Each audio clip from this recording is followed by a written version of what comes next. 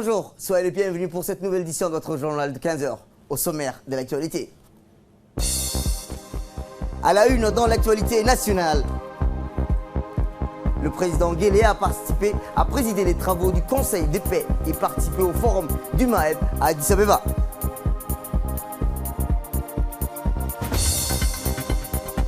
En Thaïlande, un soldat a été abattu après une tuerie dans un centre commercial.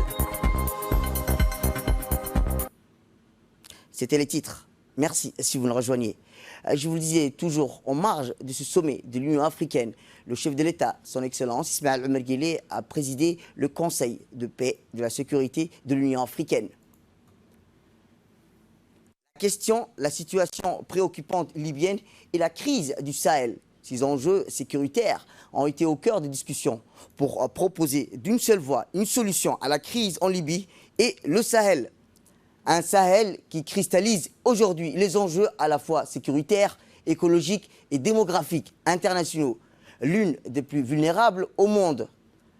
Le secrétaire général des Nations Unies, Antonio Guterres, le président de la Commission de l'Union africaine, Moussa Faki, le président de l'Égypte et le président de l'Union africaine, le commissaire à la paix et sécurité, Ismail Chergui, des présidents africains, des diplomates, tous concernés par la question libyenne et la question du Sahel.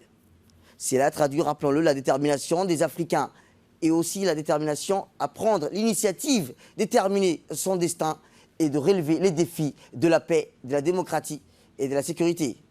Les chefs d'État et de gouvernement se sont engagés à lutter contre les fléaux des conflits et à y mettre fin, car ils constituent le principal obstacle au développement socio-économique du continent.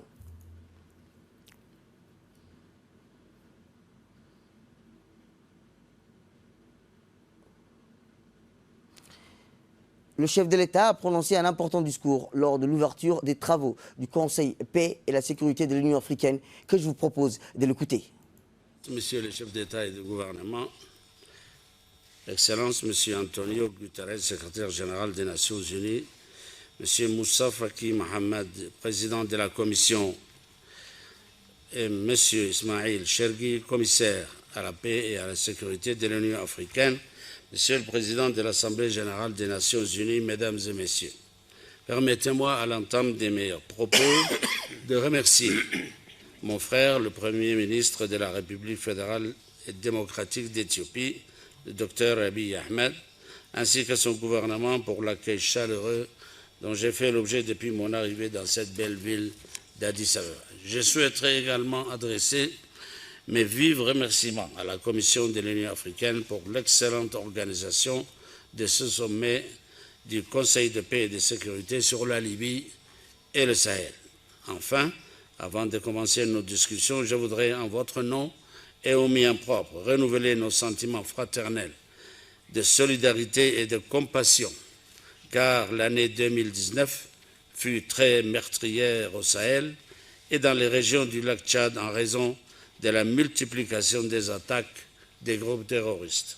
Mesdames et Messieurs, au moment où la République de Djibouti assume la présidence du Conseil de paix et de sécurité, je voudrais souligner l'impératif de ce sommet destiné à trouver une issue à deux crises intimement liées dans notre continent, notamment la crise en Libye et celle qui prévaut au Sahel. Nous en sommes tous conscients. La sécurité et la stabilité en Libye et par conséquent au Sahel sont partie intégrante de la paix, de la sécurité et de la stabilité du monde. La chute de l'État libyen en 2011 a été l'élément multiplicateur de l'embrasement de l'espace sahélo-sahélien. Dès lors, toute proposition qui se veut efficace doit nécessairement intégrer la résolution de la crise libyenne. Je ne vous apprends rien en disant que les interférences extérieures dans les affaires internes libyennes ont bouleversé l'échiquier régional, entraînant une déstabilisation du Mali, du Niger, du Burkina Faso et au-delà, ainsi que l'émergence d'acteurs malveillants qui fragilisent nos États, sèment la mort au quotidien, provoquent des réfugiés et personnes déplacées par milliers et détruisent les services sociaux de base. Depuis le début de la crise libyenne, l'Afrique a été marginalisée, frustrée dans ses efforts de solidarité avec leurs frères. Nous l'avons déploré à maintes reprises et aujourd'hui, la situation en Libye et ses conséquences sur toute une région sont révélatrices des limites du multilatéralisme chaque fois que l'Afrique n'est pas associée au règlement de ses propres problèmes. Dans un second parti, le chef de l'État a rappelé les progrès réalisés dans la pacification et la stabilisation du continent. Les défis restent importants, a-t-il dit le chef de l'État, car de nombreux pays frères restent prisonniers du cercle vicieux des conflits violents en raison de la criminalité transnationale et du terrorisme, de la prolifération des armes légères et des petits calibres. Réécoutons le chef de l'État. Que nous récupérions nos prérogatives et que nous assumions nos responsabilités, reconsidérant collectivement cette situation et en expérimentant une autre nouvelle voie. C'est pourquoi notre réunion se doit de proposer une feuille de route claire et exhaustive afin de répondre aux défis de l'instabilité multidimensionnelle dans l'espace sahélo-sahárien. 3 points méritent d'être abordés sans tabou. Premièrement, quelle est notre stratégie à court, moyen et long terme? Où en est le processus d'élaboration? Tient-elle compte de la spécificité des menaces dans la région sahélo-saharienne? Quels en sont les objectifs et les priorités au regard de la corrélation entre crise libyenne et instabilité au Sahel? Ne faut-il pas adopter une stratégie unique? Deuxièmement, que proposons-nous au regard du règlement des crises politico-sécuritaires actuelles? Pour citer notre frère, le président Pierre Buyoya, il y a un embouteillage dans le Sahel. Tout le monde veut faire ou veut être vu en train de faire quelque chose. Par conséquent, il convient d'identifier et surtout d'opérationnaliser la plus-value de l'Union africaine en complémentarité avec l'existant, notamment la CEDEAO, la force conjointe du G5 Sahel et la force multinationale mixte. Enfin, comme je l'ai dit à Brazzaville, il est impératif de revoir notre dispositif. Nous avons actuellement un comité ad hoc pour la Libye, 2 hauts représentants du président de la Commission dans la région, 2 chefs de bureau de liaison, une mission pour le Mali et le Sahel, 2 bureaux de liaison en Libye et au Tchad. Cette configuration est-elle optimale? Ces entités disposent-elles de ressources financières et humaines adéquates pour remplir leur mandat dans un environnement volatile? Pour rappel, en septembre 2019, les dirigeants de la communauté économique des États de l'Afrique de l'Ouest se sont engagés lors de leur dernier sommet extraordinaire de mobiliser $1 milliard sur 4 ans pour lutter contre le djihadisme dans la région. J'ai proposé à mon tour à Brazzaville que nous mobilisions des fonds pour la paix afin de financer les initiatives africaines dans cette crise grave. Il est crucial que le Conseil se prononce sur cette question. Le présent sommet, mesdames et messieurs, se tient quelques semaines après le sommet de Pau, la conférence internationale de Berlin et la réunion du Haut Comité de Brazzaville.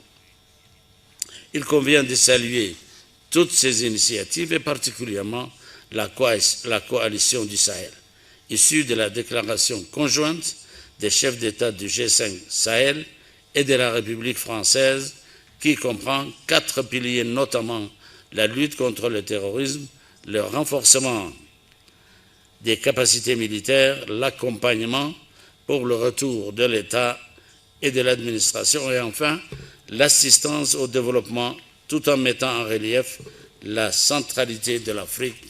Si l'Afrique veut faire entendre sa voix et agir de manière efficace afin de contribuer à la stabilisation du Sahel, au bien-être des populations, il faut que nous apportions des réponses claires à ces questions. Avant de terminer, je voudrais adresser mes remerciements au président de la République du Congo, Denis Sassou Nguesso, pour son engagement ainsi que les efforts inlassables qu'il déploie dans une diplomatie agissante en faveur de la paix en Libye. Chers frères et sœurs, je vous souhaite de fructueuses délibérations. Je vous remercie.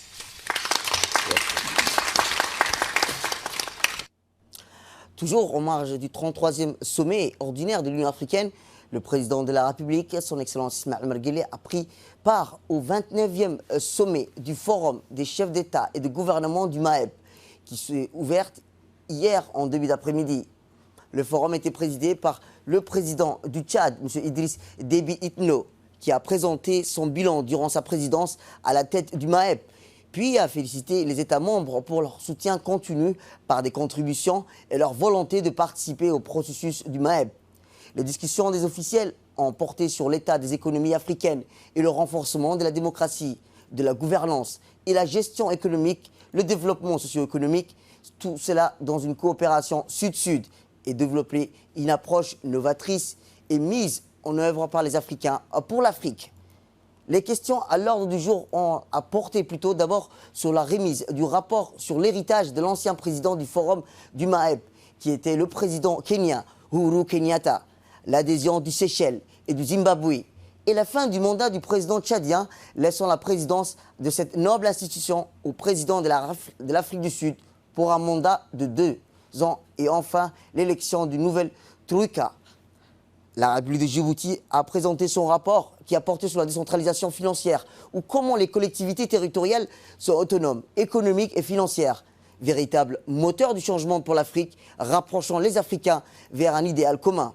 Le mécanisme africain d'évaluation par les pairs, connu ces acronymes, le MAEP, est un dispositif de contrôle réciproque visant à favoriser la bonne gouvernance en Afrique. Il s'agit d'un instrument établi, d'un commun accord auquel les États membres de l'Union africaine ou l'Union africaine adhèrent volontairement. Dans une importante allocution prononcée à cette occasion, le numéro 1 djiboutien a d'emblée remercié le Premier ministre éthiopien et le gouvernement du peuple éthiopien pour l'accueil chaleureux qui lui a été réservé. Il a ensuite présenté ses sincères félicitations au président de la République du Tchad, M. Idriss Déby Itno, qui préside aux destinées du forum au cours de ces 2 dernières années. Écoutons le chef de l'État. Le chef de l'État a rappelé que sous votre leadership, Monsieur le Président, la gouvernance en Afrique s'est améliorée, motivant ainsi l'adhésion du nouveau pays au MAEP.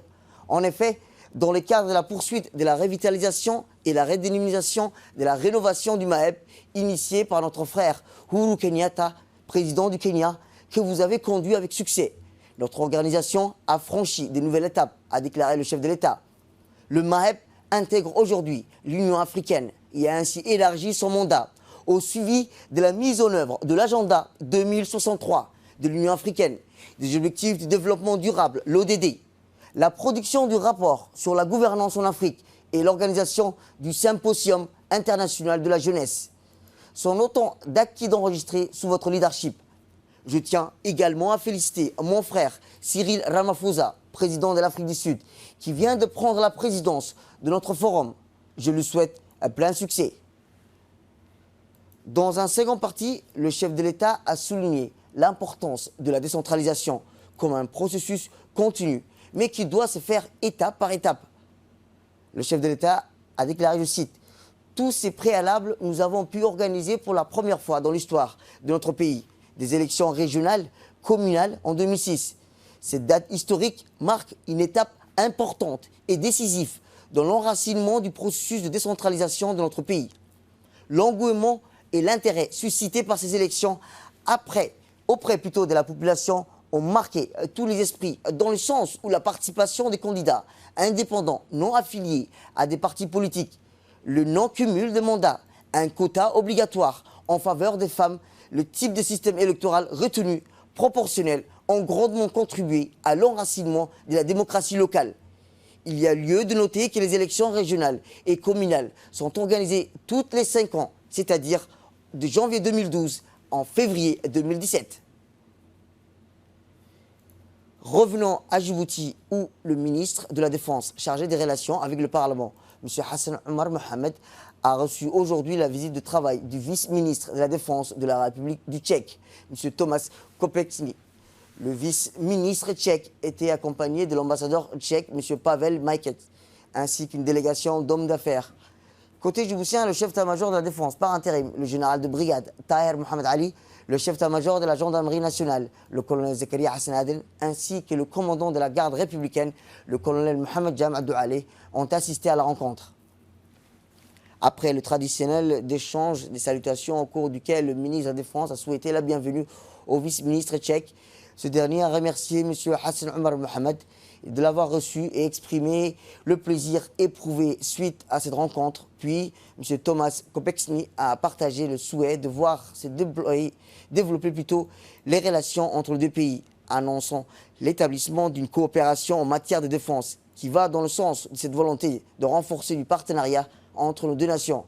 Aussi, la rencontre fut une occasion aux hommes d'affaires tchèques pour présenter au ministre de la Défense djiboutien les industries militaires, civiles, tchèques, leur innovation dans le domaine d'équipement militaire. Tout à fait autre chose cette fois-ci, le ministre de l'économie et des finances a organisé dans le cadre du dialogue public-privé un petit déjeuner de travail avec les dirigeants de la Banque de la Place et les dirigeants des institutions financières au Palais du Peuple. Cette rencontre avec la participation du ministre du Budget et de hauts cadres du ministère de l'économie et des finances.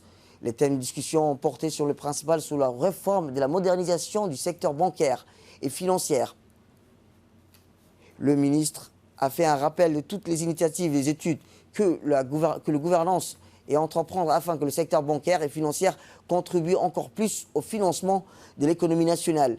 Plus précisément, les deux ministres ont demandé aux dirigeants de banques de pouvoir exprimer sur les projets de feuilles de route partagées avec les banques.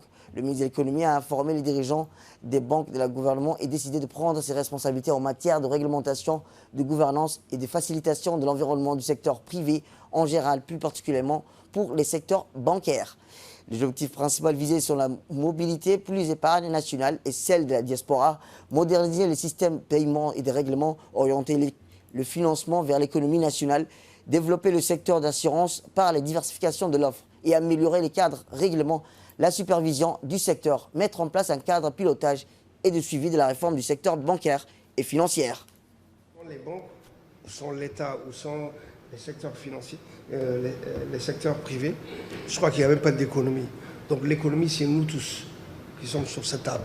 On va aller encore plus loin, on va essayer de voir comment travailler sans bousculer qui que ce soit, sans changer votre programme, parce que vous avez un programme, vous aussi, vous avez une vision, vous devrez faire des plus-values, mais nous aussi, on doit construire l'État. Donc on doit s'appuyer. De son côté, le ministre de l'économie et des finances, M. Ilyas Moussedoualé, a indiqué que le gouvernement sera toujours présent pour servir de tremplin afin de mieux servir les secteurs financiers du pays. Écoutons le ministre. Suite à une étude diagnostique qui a été réalisée par la Banque mondiale, qu'on a appelé diagnostic rapide du secteur bancaire en République de Djibouti. Actuellement, nous sommes en train de travailler sur une stratégie nationale sur l'inclusion financière, avec d'un côté le PNUD, mais également avec une assistance technique de la Banque mondiale, toujours dans le domaine de l'inclusion financière. Plus récemment, il y a eu une revue sur la stabilité financière du secteur financier par le FMI et qui concerne bien sûr naturellement la Banque centrale, mais également donc, avec les banques de la place. Mais nous avons également en cours tout le processus de modernisation du système de paiement en République de Djibouti. La mise en place très prochainement d'un fonds souverain en République de Djibouti sous la direction du chef de l'État, mais dont nous pensons qu'en temps utile, le secteur bancaire et financier de Djibouti va également, donc les acteurs que vous êtes, auront l'occasion également de pouvoir échanger autour de cette initiative présidentielle que nous allons partager avec vous et expliquer davantage sur les tenants et les aboutissants, en tout cas sur les objectifs attendus de ces fonds souverains. Mais nous estimons qu'il y a lieu de travailler sur ces partenariats publics-privés, ces dialogues publics-privés, en tout cas dans ces secteurs, et de pouvoir faire en sorte à ce que ces secteurs puissent jouer un rôle beaucoup plus important dans les années à venir. Eh bien, pour plus de précision, nous avons avec nous sur le plateau le conseiller technique principal du ministre des Finances, M. Ibrahim Hamdou. C'est ça. Bonjour, M. Ibrahim. Eh bien, Ibrahim, le ministre a organisé aujourd'hui, rappelons-le, un dialogue public-privé et un petit déjeuner de travail avec les dirigeants des banques de la place et les dirigeants des institutions financières au Palais du Peuple. Eh bien, quel est l'objet de cette étude, rappelons-le, qui a réuni les membres du gouvernement et les secteurs financiers publics du pays? Voilà, précisément l'objet de cette étude concernait à mieux connaître les handicaps et les difficultés du secteur bancaire et faire dégager une feuille de route à propos de ces handicaps et de cette réforme du secteur bancaire. Nous avons mené une étude qui a été confiée à un grand cabinet international qui a fait un certain nombre de constats. Il y a eu un atelier de restitution où les banques ont déjà participé avec toutes les institutions concernées. Et aujourd'hui, c'était précisément l'objet, l'examen de la feuille de route, c'est-à-dire la réforme du secteur bancaire et le portefeuille de projets qui était soumis. C'était ça l'objet de la discussion d'aujourd'hui. Eh bien, Ibrahim, quels sont les changements réalisés au niveau économique ces 10 dernières années? Ces 2 dernières années, si on s'attache plutôt au secteur bancaire et financier, comme vous le savez, vous avez bien constaté, le nombre de banques a beaucoup augmenté. La place bancaire s'est beaucoup diversifiée. Il y a les banques islamiques, les banques classiques, d'autres institutions qui se sont ajoutées. Mais pour autant, le secteur bancaire et financier ne contribue pas à l'économie nationale comme on devrait l'avoir. Et pour ça, quelques chiffres. Je ne vais pas vous succomber de beaucoup de chiffres, mais quelques chiffres.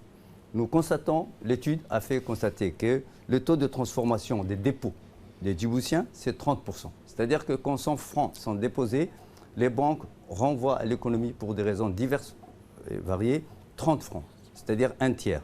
Ce n'est pas assez, alors que dans d'autres pays, c'est du 100%. On constate aussi que tous les consommateurs le savent, le taux d'intérêt moyen est de 11% à Djibouti. C'est un taux que nous estimons élevé. Les banques actuellement disent que ce n'est plus ce taux moyen, il est plus bas que ça. Donc de toute façon, dans tous les cas, on constate que par rapport à la rémunération des dépôts, par rapport au taux d'inflation qui était très faible, le taux demeure assez élevé. Donc ça, c'est un point important. De l'autre côté, malgré le nombre de banques, on constate que le taux de bancarisation est faible, c'est-à-dire de 26%. C'est-à-dire au niveau de la population active, sur 100 personnes, il n'y a que 26 personnes qui ont un compte bancaire. Ce sont des éléments, des handicaps qui montrent que les banques, le secteur bancaire peut contribuer encore plus à l'économie nationale et à la croissance. Cette étude vise justement à ce que des transformations soient faites, transformation des outils de paiement, des moyens de paiement, transformation de la réglementation, changement des institutions qui s'occupent du secteur bancaire, que ce soit le ministère de l'économie, le ministère du budget, la banque centrale. On doit s'adapter par rapport au secteur bancaire. On ne peut pas avoir une banque centrale qui est à la dimension avec 2 banques, alors qu'actuellement il y a 11-12 banques. Le ministère de l'économie aussi doit s'intéresser plus au secteur bancaire pour le remédier.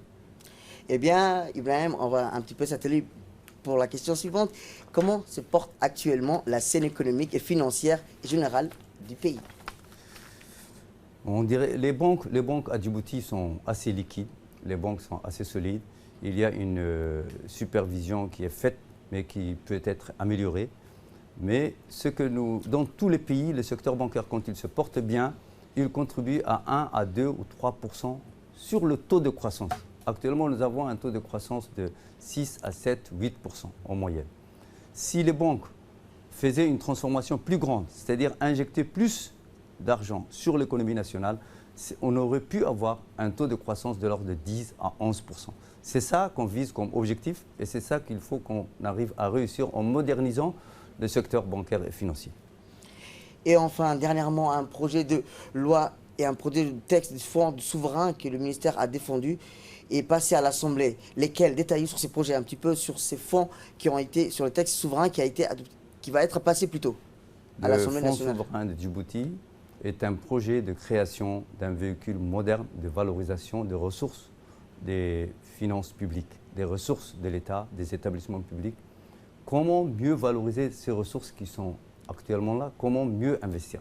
C'est un projet porté directement par le chef de l'État avec une petite cellule qui a supervisé ce projet en impliquant bien sûr le ministre de l'économie qui a fait un suivi technique. C'est un fonds, je dirais, qui va révolutionner vraiment à la fois le cadre des investissements parce que l'État aura une arme d'investissement vis-à-vis des autres investisseurs. Ce sera un levier d'investissement et en même temps, ce sera un levier d'épargne pour les générations futures. Ce sera vu, j'espère, dans beaucoup des années, comme une création qui aura déterminé l'avenir des générations futures. C'est un grand moment de création d'une institution forte et solide. Merci, M. Ibrahim Hamadou. Rappelons-le que vous êtes conseiller technique, principal conseiller technique du ministre des Finances.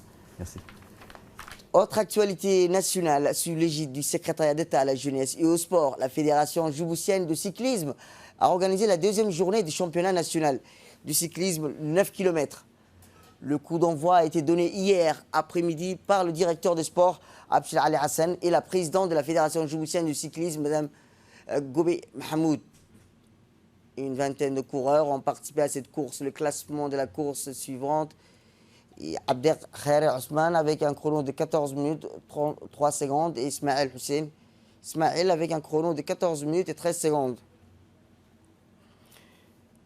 La présidente a salué les participants et vivement remercié la garde républicaine, la police nationale et surtout le secrétariat d'État à la jeunesse et au sport pour la contribution éclair en vue de la promotion de ces disciplines sportives en République de Djibouti.